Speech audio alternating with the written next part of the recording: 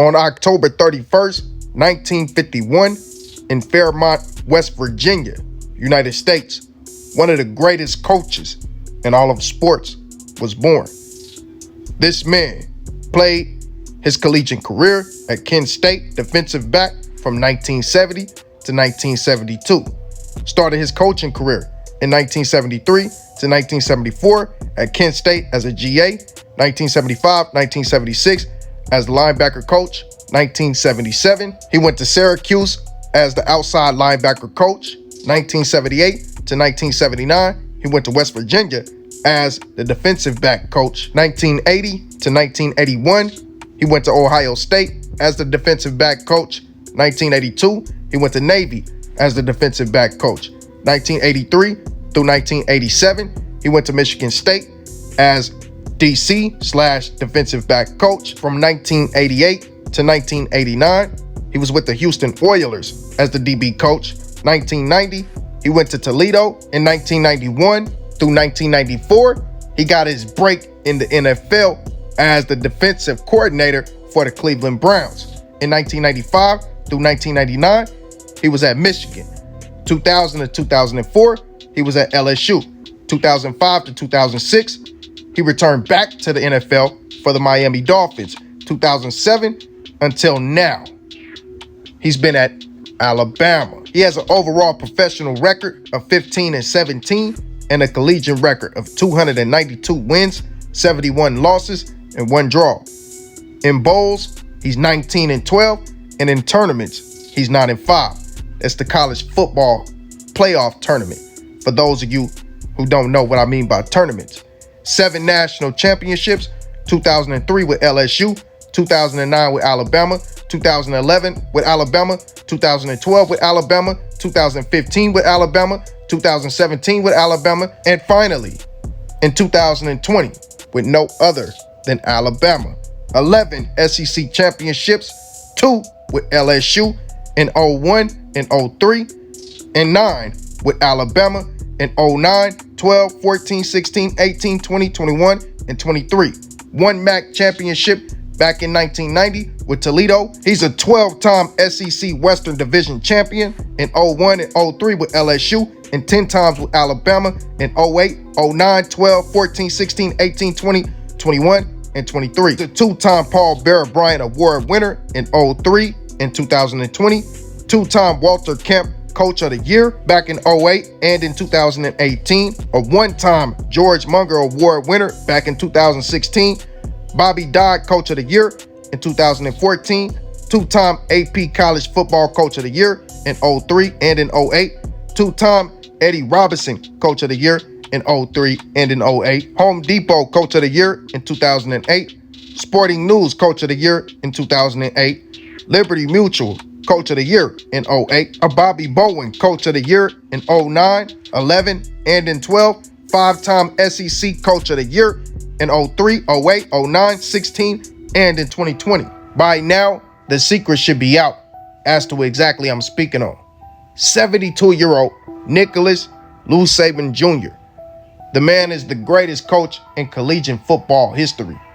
The man has given everybody's favorite team a problem ever since he stepped into Power 5 football. This man may be the winningest coach in all of sports, the best coach, the greatest coach in all of sports.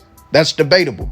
But one thing that's not debatable is that Nick Saban, throughout the course of his career, has demanded nothing but absolute perfection out of any one of these young kids who have came through his program. The man is going to demand the absolute best. He brought out the best in every player who's ever played for him. The man's a great coach, a hell of a coach, and that's coming from a Sooners fan. I'm a Sooners fan. So to see this news break out from Tuscaloosa, Alabama, about the legendary Nick Saban finally retiring, it really messed me up, man, because everybody wants that opportunity to beat Alabama at their best.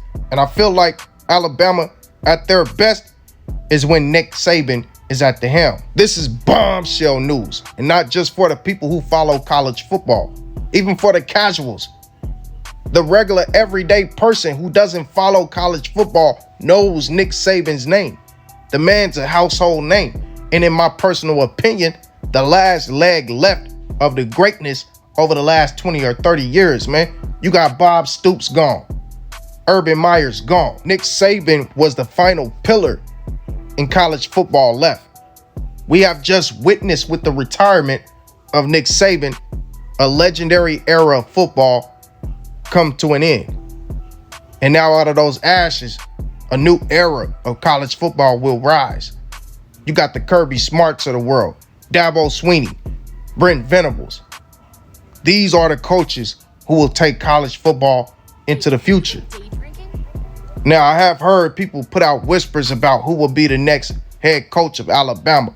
We don't know what's going to happen yet because Alabama still needs to hire a defensive coordinator. So they got a lot going on over there. But I think the biggest question of them all that I don't see anyone asking is what is going to happen to those players at Alabama? Will we see a mass exodus? Because as we all know, Nick Saban is the one that built that program back up to its glory days. And even further, ever since he joined the program, they've become five-star U.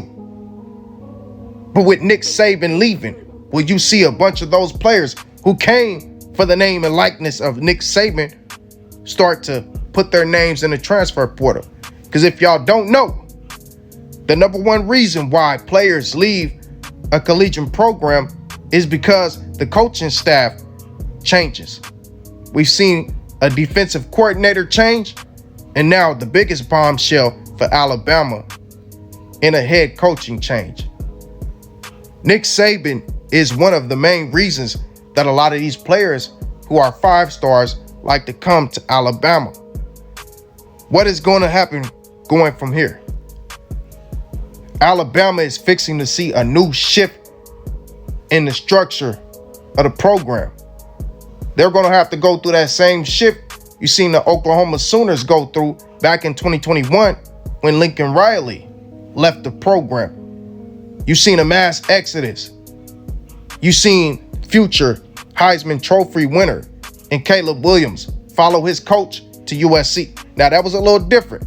Don't get me understood because Lincoln Riley didn't retire. He left and went to USC, but it was still the change in coaching staff, the change in head coach that made a lot of these players leave.